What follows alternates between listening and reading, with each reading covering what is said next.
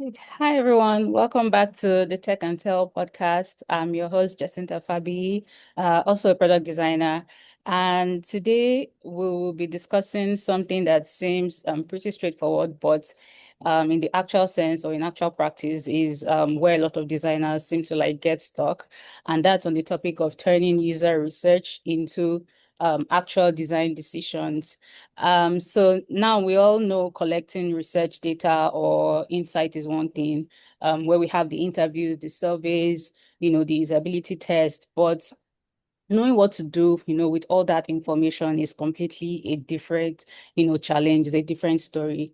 And a lot of designers, have been in that situation where they've done the research, they have the pages, they have the notes, they have recordings, but when it's time to actually implement that to design, you can see them asking, what exactly are they solving for? What insights matters the most for them? How do they translate that data or that insight into something that's tangible, and that's the gap that we're looking to unpack today. So the gap between the insight and then taking the action based on those insights. And today I'm joined by another product designer who has worked through this process, not just conducting research, but actually using it to shape real product decisions. Welcome, Clement. Really glad to have you here on the call today.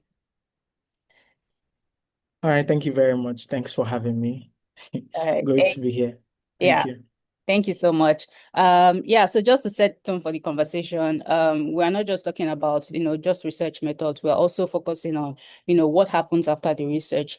How do you make sense of the all the messy data? How do you identify meaningful patterns? And also how do you confidently turn those data, those patterns into design decisions? So let's start like with introductions and also getting to know you.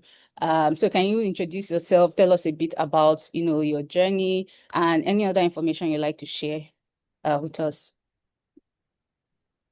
Okay. Yeah. Good afternoon once again. My name is Clement Mendier. Yeah. Um, I'm a product designer, right? I've been designing for a couple of years. About 6 to 7 years, if I'm not mistaken. So it started off as a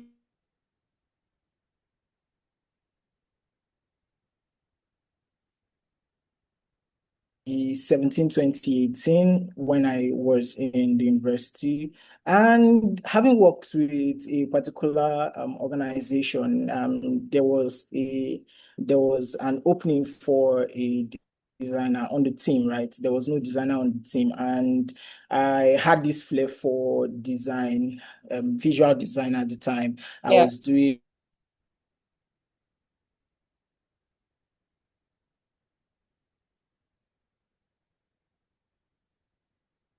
I picked it up. I started using Figma. I fell in love with Figma, and that's how it evolved from there. And ever since 2019, I've been designing till date. So that's basically it for me.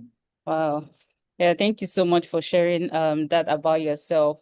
So if we want to start from the basics about the topic of, discussion today, which is, turning user research into, actionable design decisions. So starting from the basics, can you walk us through your, approach to user research? What does that process look like for you from start to finish? Okay, thank you for that question anyway. For user research, to me, I believe user research is more or less understanding the problem statements, right? Getting to know your audience, getting Yeah. to share ideas as to what the problem is, and maybe garnering some solutions in some way, Okay. right? Carrying out interviews, carrying out surveys to help you streamline your own decisions, right? Yeah. Sometimes we go overboard as to what we understand or what we believe that a solution will be to a particular problem, not until you get to meet the actual users for the product you're trying to build, right? Yeah. You might just be opened up to a whole new world entirely that you didn't see Mhm. that there was. right? So research is having to understand pain point of the actual users. Research is basically getting information as to what you are looking to solve. So that's what research is to me. And my approach will most likely be to, sometimes it depends on the product anyway, most likely be to take surveys or do interviews or gather some maybe secondary research here and there with the likes of maybe using AI and some other platforms like that. You Yeah, gather data to help back up what you're looking to solve. So yeah. that's it for me. Yeah. That's pretty interesting. You have mentioned like different ways in which you yeah, like do research and also get research data through surveys and interviews and also even secondary research, right? So in the midst of all of this, when you get those research data, I know they can be like overwhelming and they can be like a lot, especially maybe during Of course, interviews. yes. Yeah, you talk to users and they have like a whole lot to say, and there's also a lot of information online in terms of secondary research data. But how do you decide what actually matters, in all of this? How do you filter the, tangible information that matters to your products? Then how do you then, turn those insights into design decisions? Okay, for me, in situations like that, after carrying out, after looking, after listening, Yeah. after linking your data, right, Mm-hmm. you will be able to gather which is the bottleneck, which can be overlooked, and which one is a delight, right? Yeah. What I mean is the problems that are very concrete that you would want to solve, that you want to give solutions to, those are the ones Yeah. that you should take on, right? Yeah. Um, the other one talks to something that can be overlooked. Something it's not it's a problem, right? But it can be overlooked. Hmm. I don't know if you understand me. Yeah, I Then understand. something that is a delight. Yeah, something that is a delight simply means something that you can relate, something relatable. So that will enable you to know how to attack the problem and know how to give solutions to which is concrete at the moment. Mm. Okay, so are you saying that you basically outline the problems based on their relative importance or in terms of like hierarchy? That is that what you're trying to? Yes, Okay. basically based on their priority. Okay, okay. Yeah, that makes sense. That makes sense. So, but that doesn't mean you won't still go back, right? Like to those other problems, but basically just attacking the most important ones first. Yes. Right. So like you said, I would streamline the problems, right? Focus on which is much of a priority, Yeah. then go ahead to attack them as they come. Okay. So that's Yeah, that makes sense. That makes sense. So are there like in this process, your research process, are there like specific frameworks or methods that you use to conduct this research or to synthesize your findings? okay. So then when I just started, right, I do more of affinity mapping that would help me group all the insights that I get, right? Mhm. These days, nobody has the time based on the fact that most organization where we find ourselves in Nigeria, right? Most Yeah. organizations do not give time to research, right? Mhm. So with the emergence of AI, everything has become a bit streamlined, right? You can go on any AI agent, prompt it, give it the feedbacks that you got from maybe your Yeah. interview or your surveys, and it helps you garner more insights, help you streamline those insights that you get to focus on your design decisions. So basically, that's what I do. The frameworks I use basically is just ChatGPT, that's for AI Mhm. platform. Then there's this other one, it's called UX Pilot. I use that most of the times Mhm. when I'm working on several products as well. Yeah. All right. Okay. Thank you for sharing that. I think like people listening or watching, people watching would, benefit from, those kind of frameworks that you also use as well. But in terms of presenting research insights. So, it's also very important for us as designers to keep leadership and also stakeholders like in the loop of things in terms of how our process is going, giving feedback, getting Mhm, those research insights and mhm. yeah, presenting them and showing them. So are there like how do you present those research insights when it comes to like stakeholders, leadership in a way that can, actually influence your decision making?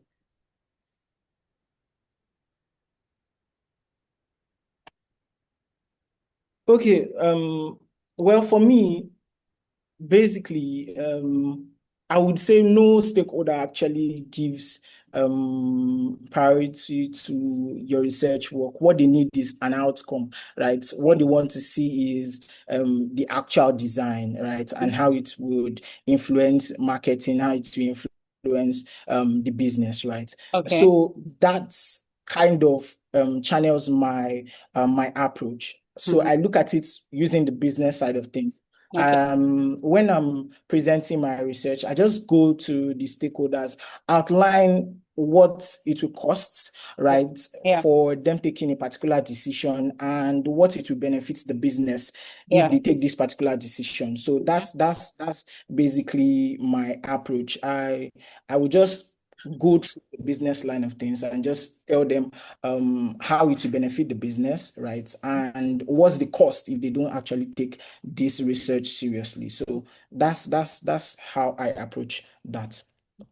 Yeah, I like the fact that you mentioned the business side because as product designers, we don't just focus on the product alone or the design, we also have to think about, the business side of things. So yeah, I like the fact that it's like on a broad spectrum where you also involve the business side as well. But I just want to circle back a bit where you mentioned AI and I know it's like the trending topic now in the industry today, and it's also becoming a very big part of our design workflows as product designers. So how do you see it changing the way that we approach Sorry, user? take that again. I didn't hear you. Oh, okay. So I was talking about AI being the trending topic. Can you hear me now? Yes, I can. I can hear you. Okay, okay. So I was talking about AI being the trending, topic in the industry today. And it's becoming a very big part of design workflows as product designers, right? So I was just asking how you see it changing the way we approach user research today. How is it changing that versus the traditional way that we used to conduct user research?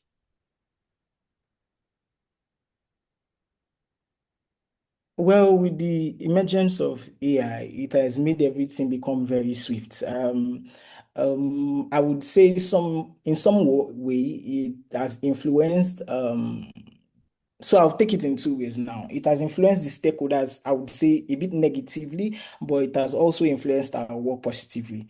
Now, you find out that things are becoming faster, Yeah, deliverables are becoming very fast. But looking at it from the stakeholders' perspective, you would see a stakeholder tell you, just put it to ChatGPT and they will just give you whatever you want, right? yeah. They feel it is just garbage in, garbage out. Mhm. But AI doesn't understand the context. AI doesn't. AI hallucinates a lot, right? Yeah. That's for the designers to understand that these things actually happen. So for designers at large, right? Mhm.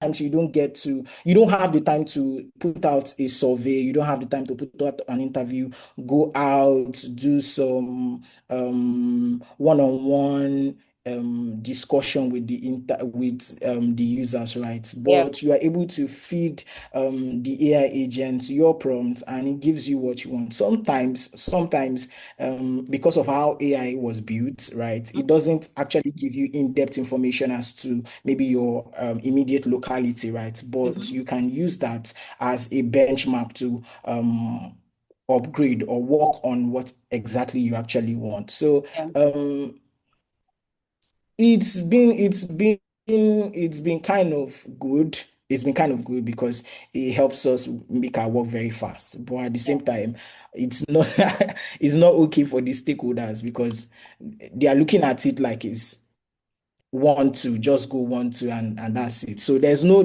adequate time given to some of those in-depth things that are needed to be done. So that's what I would say. Mm, For designers, it's good, but for yeah. stakeholders, I don't see I don't see it being a Yeah. good thing for them anyway. Okay. So and also have you been exploring any AI tools to support your research, like maybe generating interview questions, summarizing data, or synthesizing data? Have you been leveraging any of those AI tools for that?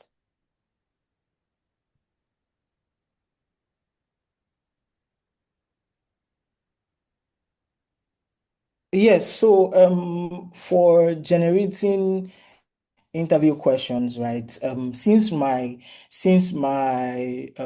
Gmail is or since Gemini is also a Google product, I Mhm. use Gemini sometimes, Mhm. and with the emergence of Claude, right, I've been using Claude for like 3 months now, and Mhm. it's been great. It's been great. It has really helped my work Mhm. um become very, very fast, right? Mhm. So I've been using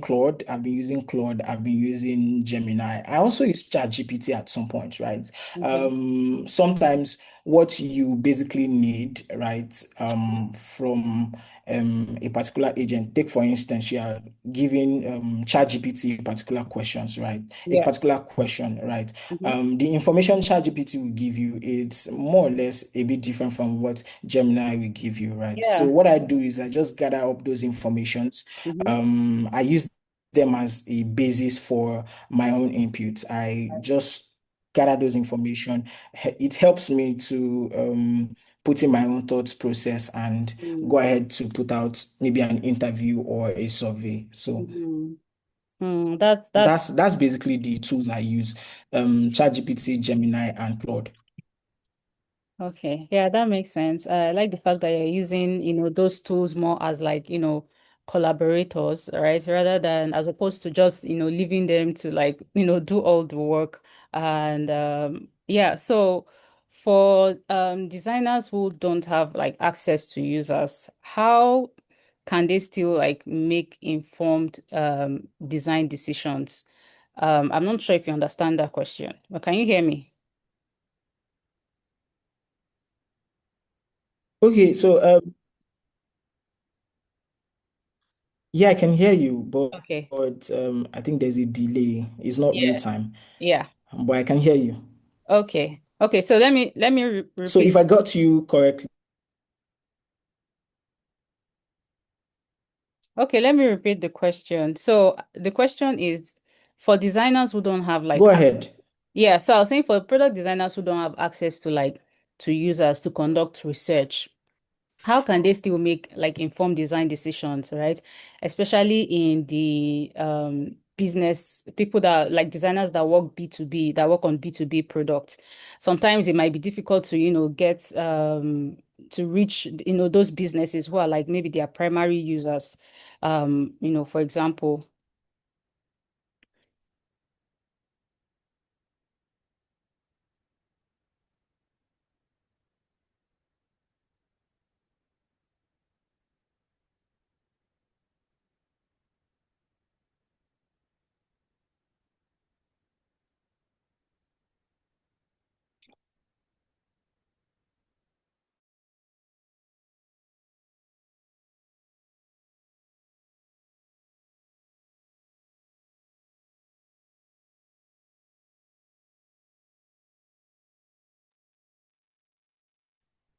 Hi, Clement, welcome back. Oh, thank you. I don't know what happened. I think the network kicked me off. Yeah, sorry about that. Um, Sorry about that. So maybe we can like continue. I think we're almost even almost done. I think we just have like two more questions to go. But can you hear me?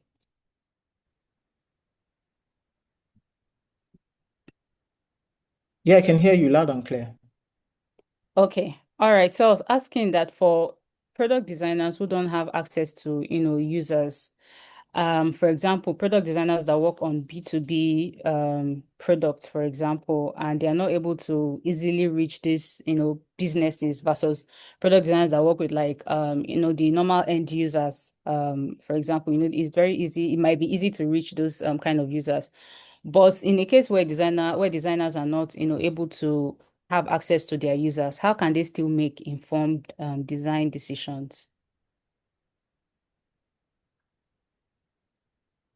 Okay, in scenarios like that, what you would do is make some assumptions, right?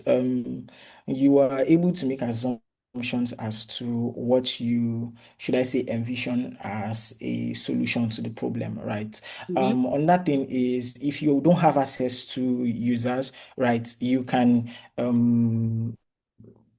do some research, Mm-hmm. right? Do some secondary research, go on different platforms, gather some products that basically speak to the kind of product you're looking to build. Gather those data or information you get from there. That would help you start off, right? If you get those informations from here, there's most likely no product that is not actually in the market, right? You would have maybe one feature here, one feature there. You can just pick those information, gather those information, then feed that to what would help you streamline the insight. Yeah.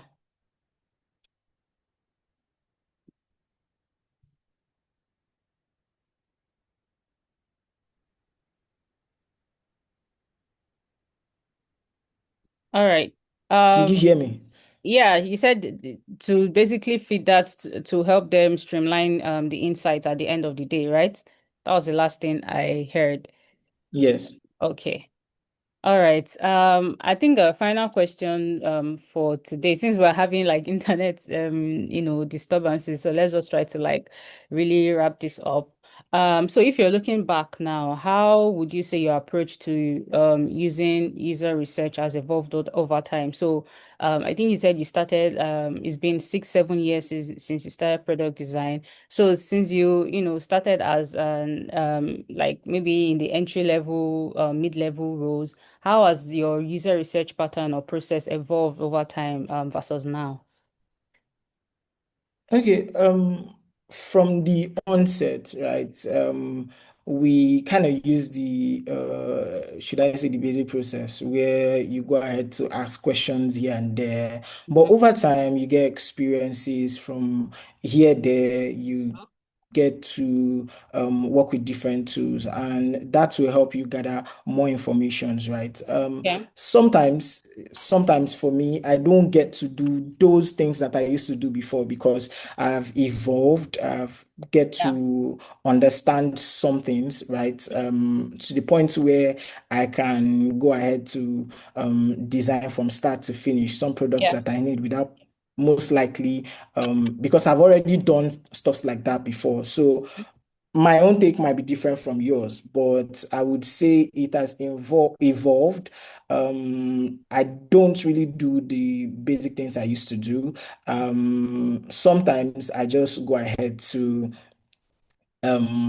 feed the AI agent my prompts. I Mm-hmm. gather those informations that I need, right? I